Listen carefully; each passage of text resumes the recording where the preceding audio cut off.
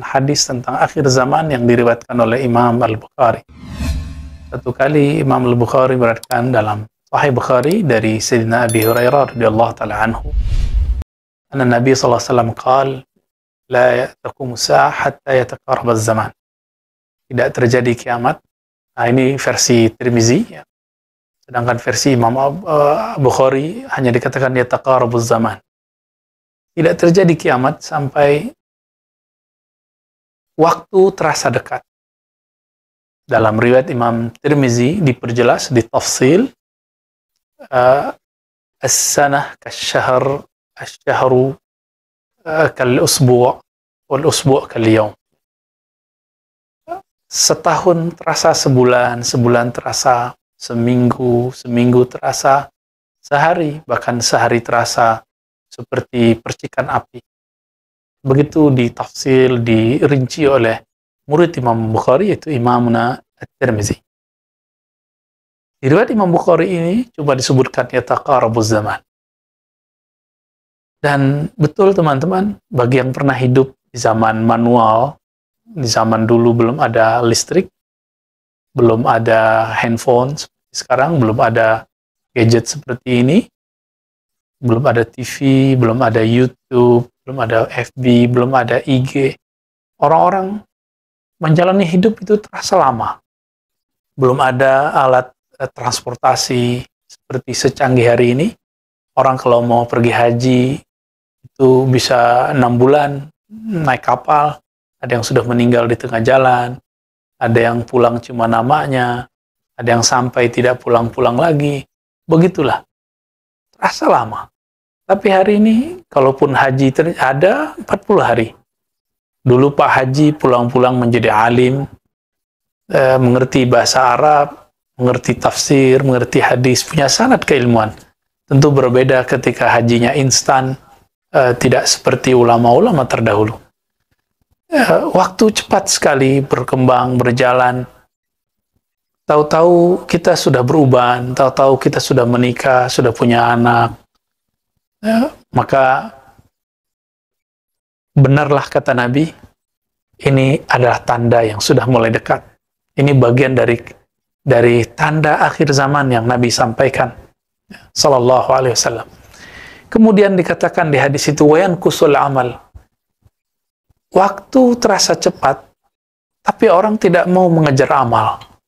Amal masih terlihat sedikit. Yankusul amalu. Orang beramal tidak banyak. Ya. Amal itu, teman-teman, ada amal qalbu, ada amal akal, ada amal jasad. Nah, amal yang dimaksud tentu semuanya, dimulai dari amal qalbu. Jangan kita beramal kecuali kita sertakan qalbu kita bersama amalan tersebut. Jangan berdoa kecuali qalbu kita menghadap kepada keindahan, kehaibahan, kehebatan Allah Subhanahu wa taala. Karena Allah tidak memandang kecuali qalbu yang menghadap kepadanya. Dan qalbu itu punya dua karakter, sebagaimana dikatakan oleh Imam Athaillah Sakandari. Ada karakter iqbal, memandang, menghadap, patuh kepada Allah. Tawajjuh kepada pencipta langit dan bumi. Ada yang membangkang, menghindar, disebut idbar. Idbar artinya dia membelakangi, membangkang daripada Allah Subhanahu wa taala. Dan betullah apa yang kata Nabi sallallahu alaihi wasallam. Kalaupun hari ini orang beramal, lebih banyak amalnya amal zahirnya, tapi tidak menyertakan qalbunya. Ini yang kita khawatirkan. Yang Nabi katakan, "Huwallahillazi la ilaha ghairuh." Fawalladzi la ilaha ghairuh, hadis Imam Bukhari. Demi yang tiada yang berhak disembah kecuali Dia. Inna ahadakum la ya'mal amala ahli jannah. Kamu itu ada yang beramal seperti amal ahli surga. Namun kita dikatakan dalam hadis itu antara dia dan surga hanya 1 zira, hatta ma yakun bainahu wa bainaha illa zira. Hanya seperti sejengkal. Fayasbiqu alal kitab, tapi Alkitab telah menentukan bahwa dia tidak menyertakan hatinya, lebih kurang begitu jika dia maknai. Sehingga ketika orang menua atau sakit parah, tubuhnya sakit, jiwanya kosong, maka kekosongan jiwa ini yang akan membuat buruk di akhirnya. Maka ini yang kita sebut su'ul khatimah. Lain dengan orang yang ketika ibadahnya sedikit, tapi dalam sedikit itu dia menyertakan dirinya, menyertakan kolbunya bersama Allah Subhanahu wa Ta'ala. Inilah yang dikatakan Nabi ketika ditanya, apakah amal paling mulia wahai Rasulullah?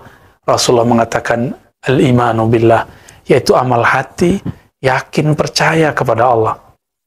Maka orang yang yakin kepada Allah, sholat 2 rakaat, sholat sunnah, itu lebih utama daripada orang yang masih meragukan tentang kehebatan Allah, tentang keajaiban Allah, tentang kekuasaan Allah, walaupun dia sholat 1000 rakaat, bahkan 1000 tahun. Sahabat-sahabat yang dimuliakan Allah, lalu dikatakan di situ, wa yakthurul haraj, banyaklah nanti haraj. Apa arti haraj? Sahabat pun bertanya. Ternyata haraj bukanlah bahasa Arab Mekah dan Madinah. Ternyata ini bahasa Arab orang Habasyah, Ethiopia. Jadi ternyata dari dulu Arab ini banyak ragamnya. Apa kata Nabi? Nabi menguasai banyak bahasa. Al-haraj yai al-qatl. Banyak kematian, pembunuhan. Qatl artinya kematian disebabkan karena pembunuhan. Teman-teman yang melakukan Allah, ketika kita membaca hadis ini, maka terbayang oleh kita bahwa di akhir zaman nanti, ketika waktu sudah cepat, amal sudah berkurang, ada satu yang akan terjadi di masa depan, yaitu banyak pembunuhan. Kita tidak tahu dan kita tidak mau mencocok logikan, karena ini sudah masalah global, bukan masalah cuma di negeri kita. Maka teman-teman, mari berpikir jernih, jangan berpikir konspiratif yang tidak sahih. Karena berpikir konspiratif itu ada teorinya, ada pendekatannya, ada mazhab dan alirannya, ada metodologinya, ada approach-nya, dan kita tidak sembarangan. Karena konspirasi ini jika tidak sahih, dia akan meracuni cara berpikir. Dan kami boleh mengatakan bahwa teori konspirasi jika kita ambil, ini akan berakibat kepada suuzon yang tidak bertempat. Maka hati-hati dengan konspirasi, harus bertanya kepada sang ahli. Konspirasi itu ada, tapi jangan asal ambil dari mana-mana. Sahabat-sahabat yang melakukan Allah, kita diajarkan untuk tidak mengikuti zan. Iyattabi'una illa zan. Tidaklah mereka mengikuti kecuali hanya zan. Apa arti zan? Asumsi-asumsi, opini-opini. Teman-teman, maka kepada para dai, siapapun yang dengan hati yang paling dalam, hati yang paling jernih, dengan kerendahan hati juga, teman-teman para dai, tolong jangan sampaikan suatu bahan pikiran yang masih bersifat opini, karena opini cukup jadikan konsumsi pribadi atau jadikan obrolan internal kita. Jangan kemudian dikhutbahkan, diajarkan. Ingat, Nabi SAW mengatakan, di akhir zaman, ketika ulama-ulama banyak meninggal, ittakhadhan nas ru'asa juhala. Orang-orang banyak mengambil pemimpin, figur-figur ulama-ulama yang juhala, yang mereka tidak mengerti ilmu, yang mereka mengikuti asumsi dan opini. Lalu dikatakan, mereka dimintakan fatwa. Lalu fa'aftau, lalu mereka berfatwa. Fadallu wa adallu, mereka sesat dan menyesatkan orang. Kami minta ampun kepada Allah, memohon kepada Allah, semoga lisan ini tidak terjebak, tidak tergelincir ke arah sana. Dan kita berdoa juga semoga ulama-ulama kita, guru-guru kita, masyayikh kita, kiai-kiai kita dijaga oleh Allah Subhanahu wa Ta'ala agar tidak terjebak kepada asumsi dan opini. Teman-teman yang melekat Allah, tadi di awal kita mengatakan bahwa Imam Bukhari menulis dalam kitabnya Sahih Bukhari, Kitabul Fitan, bab tentang fitnah akhir zaman. Imam Muslim juga demikian menulis dalam Sahih Muslim, Kitabul Fitan wa Asyaratis Sa'ah, bab tentang kekacauan huru-hara akhir zaman dan tanda-tanda kiamat. Hadis yang disampaikan tidak jauh berbeda.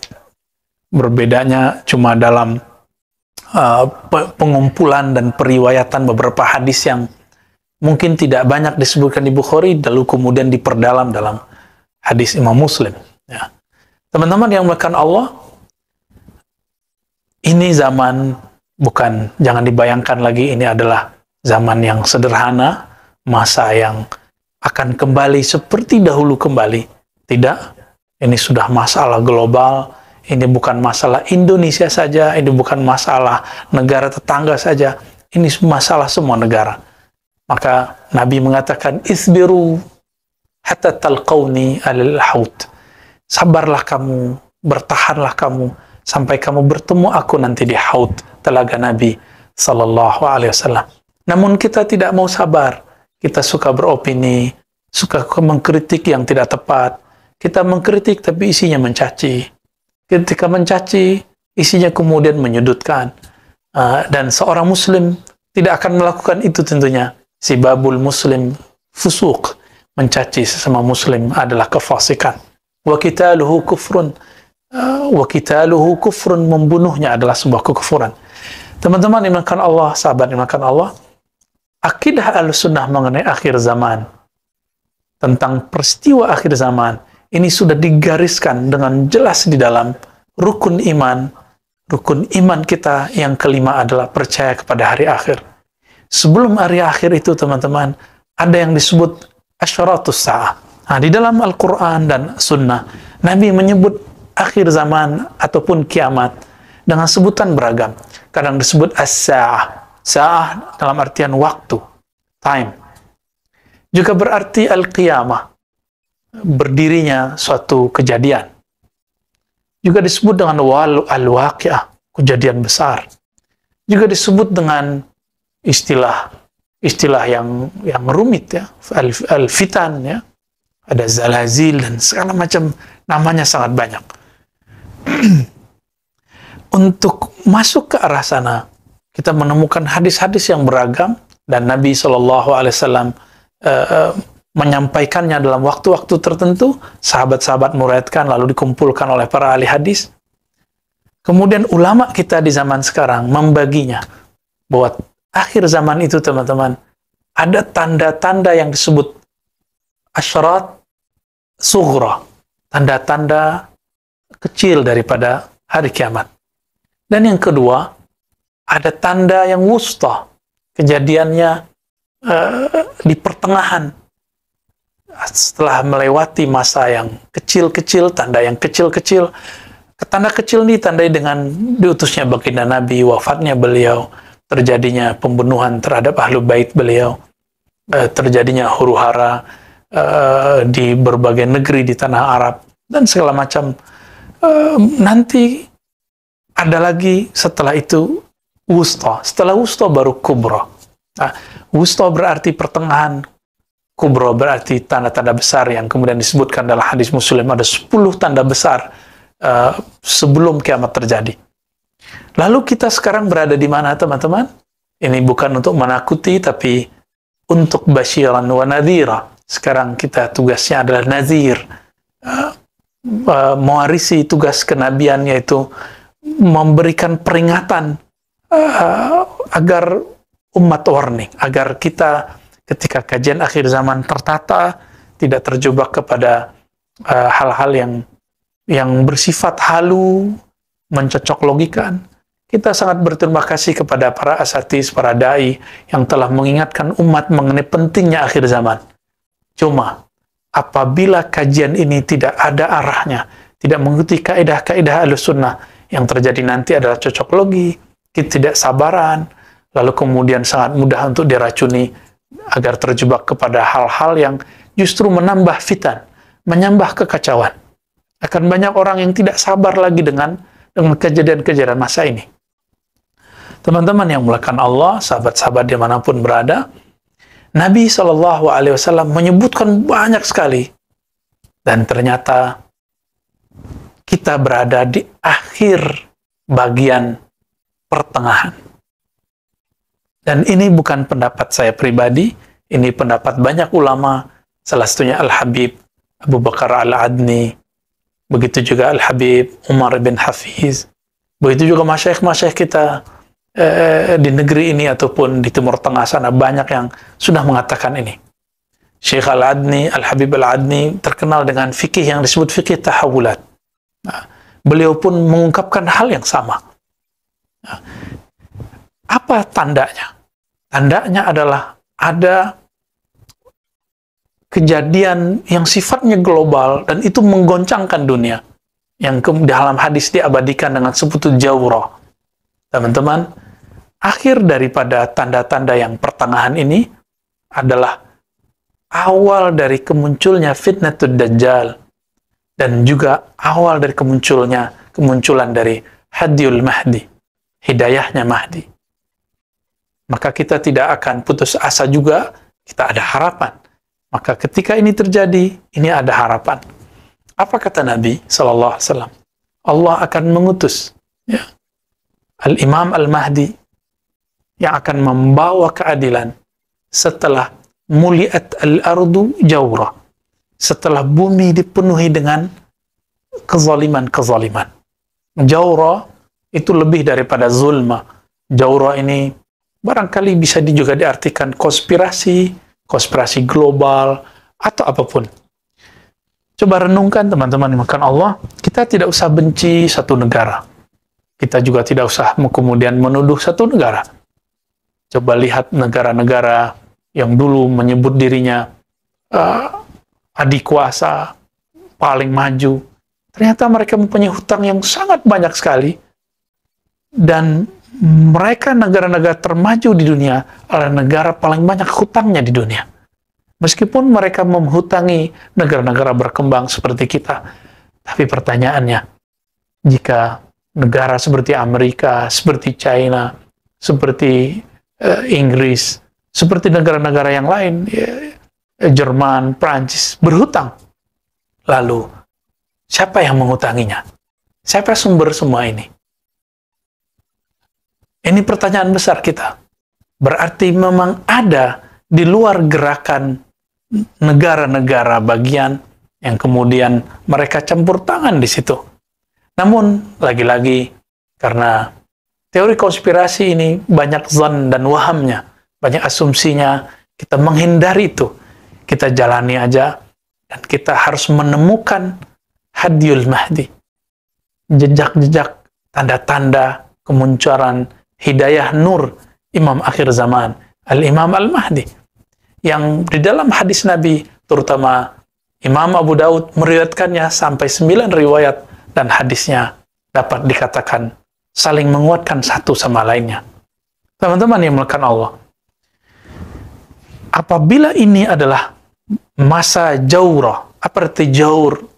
Kezaliman yang merata di muka bumi, maka kabar buruknya ini disebut fitnatud dajjal. Ini adalah awal dari kekacauan yang disebutkan oleh Dajjal. Apa arti Dajjal? Dajjal adalah sosok yang pembohong. Baiknya adalah buruk, buruknya adalah baik. Benarnya adalah dusta, dustanya adalah benar. Sehingga kita bingung mana yang benar, mana yang tidak benar. Kecuali Allah memberikan hidayah ke dalam kalbu, orangnya tidak akan terjebak kepada hoax. Namun teman-teman, ada sosok lain, yaitu kemunculan Al-Imam Al-Mahdi. Al-Mahdi artinya orang yang diberi hidayah, yang digaidan oleh Allah Subhanahu wa Ta'ala. Jika fitnatud dajjal sudah mulai merajalela, memenuhi bumi, coba lihat hari ini teman-teman. Meskipun kita tidak mengikuti teori konspirasi global, tapi coba lihat, apakah ada satu negara sekarang yang tidak terdampak oleh virus yang kita sebut COVID? Tentu tidak ada. Bolehlah kita katakan, silakan ahli ekonomi berbicara sisi ekonomi, ahli kesehatan berbicara kesehatan, ahli kimia berbicara versi kimia. Kenapa kami tidak boleh berbicara versi kami? Kita juga berbicara versi yang diriwayatkan oleh Nabi kita, Nabi Muhammad SAW. Dan ini bukan untuk diadu-adu, tapi ini untuk saling melengkapi. Karena ilmu pada dasarnya dari Allah Subhanahu Wa Ta'ala, semuanya bersumber darinya, tinggal kita menemukan clue-clue kebenaran yang ada di dalamnya. Nah, kami menyebut bahwa inilah masa yang disebut dalam hadis Nabi, muliat al-ardu jawrah. Ketika bumi dunia ini diliputi oleh jaur, ya, kezaliman global, ya, kezaliman yang di sana ada ketidakpastian. Sehingga baru setahun lebih sedikit, mungkin setahun setengah, kita sudah ngelewati masa pandemi yang tadinya tegang sekali, sekarang mulai tegang kembali. Masjid-masjid mulai ditutup, bahkan gereja-gereja ditutup, semua rumah ibadah ditutup. Jadi saya juga ingin mengatakan kepada teman-teman yang seiman, ya, jangan kemudian terjebak mengatakan, oh ini konspirasi menutup masjid. Tidak. Semua rumah ibadah ditutup. Semua kantor ditutup. Apakah ada konspirasi penutupan kantor? Tidak. Teman-teman, mari berpikir jernih. Ini masalah bersama, bukan masalah satu agama. Karena Dajjal itu musuh semua agama. Dajjal itu musuh semua manusia yang percaya kepada Sang Maha Kuasa, Allah Subhanahu wa Ta'ala. Dia nanti akan mengklaim dirinya sebagai Tuhan. Sahabat-sahabat dengan Allah, kabar buruknya itu bahwa kita di ambang akhir dari tanda asyratis sa'ah al-wusta, tanda-tanda akhir zaman pertengahan. Nah, Nabi SAW memberikan isyarat-isyarat. Namun isyarat ini harus dikaji dengan tenang, dengan ilmu ma'rifatullah yang tepat, ma'rifatul Rasul, ma'rifatul alam, ma'rifatul asma. Banyak sekali ilmu yang harus dibaca ketika kita membaca tentang bab Al-Mahdi dan Ad-Dajjal. Sehingga kita tidak kemudian tergesa-gesa mencari sosok Al-Mahdi berada di mana.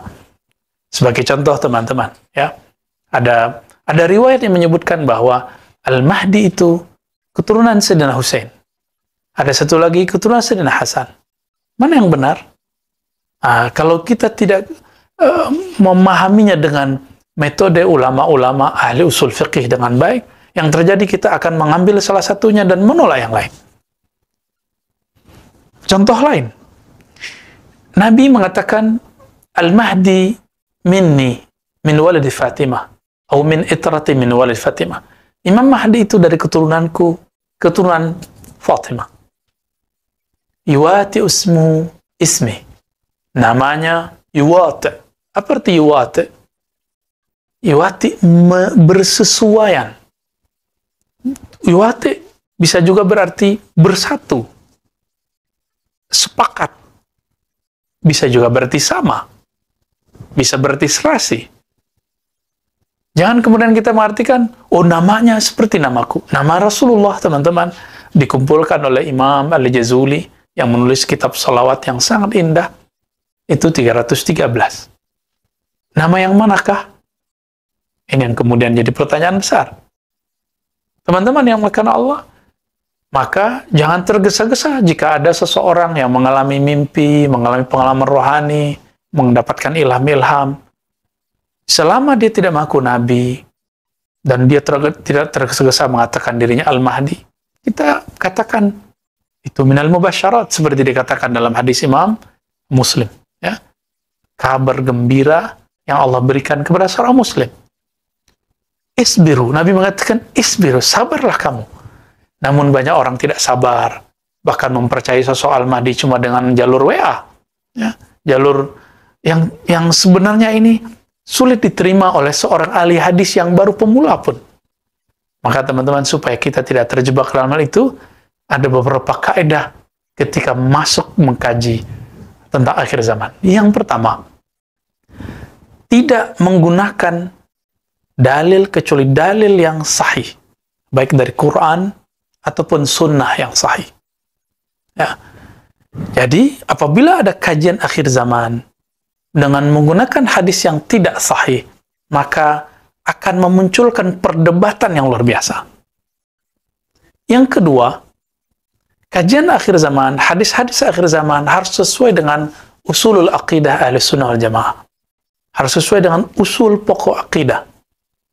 Kaidah-kaidah ini sudah diwariskan ulama kita, turun-temurun dari zaman ke zaman, dijaga dengan sanad yang sahih. Sehingga tidak terjebak kepada apa yang disebut cocok logi yang tidak sesuai dengan tempatnya. Maka kita harus menghindarkan cocok logi. Dan yang ketiga, teman-teman, as-sabru fil bahthi. Sabar dalam membahasnya. Jangan kemudian terburu-buru untuk mengklaim, untuk menyebutkan, untuk memahami, apalagi menyimpulkan. Apalagi kemudian mengklaim inilah yang paling benar. Bukankah kita sudah trauma di tahun lalu ketika ada satu hadis yang sangat dhaif jiddan, dhaif yang lemah sekali mengenai penentuan dukhan. Dukhan itu berarti asap atau kabut yang merata di bumi di pertengahan Ramadan. Teman-teman coba lihat, apakah terjadi? Sudah 2 Ramadan tidak terjadi. Kenapa? Karena seandainya pun kita menggunakan riwayat itu, riwayat Al-Imam Al-Hafiz Abu Syekh, itu pun syaratnya belum cukup. Kalau kita mau menggunakan riwayat tadi. Tapi masalahnya riwayat tadi bermasalah. Hadis dukhan ada.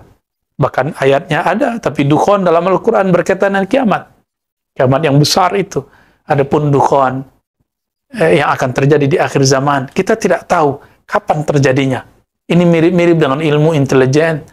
Ini pasti terjadi, tapi kapan terjadinya, itu yang tidak tahu. Maka, jangan terburu-buru, jangan menakut-nakuti umat, jangan beropini, sebelum itu jelas ilmunya secara qat'i. Jangan kemudian kita termasuk kepada yang dikatakan dalam hadis Nabi, fa'aftau, fadallu wa adallu. Lalu mereka berfatwa, berpetua, berceramah, lalu mereka sesat, keliru, dan menyesatkan, membuatkan semua orang keliru. Kita sudah lihat betapa paniknya banyak orang di tahun yang lalu. Kita mau ulang kembali?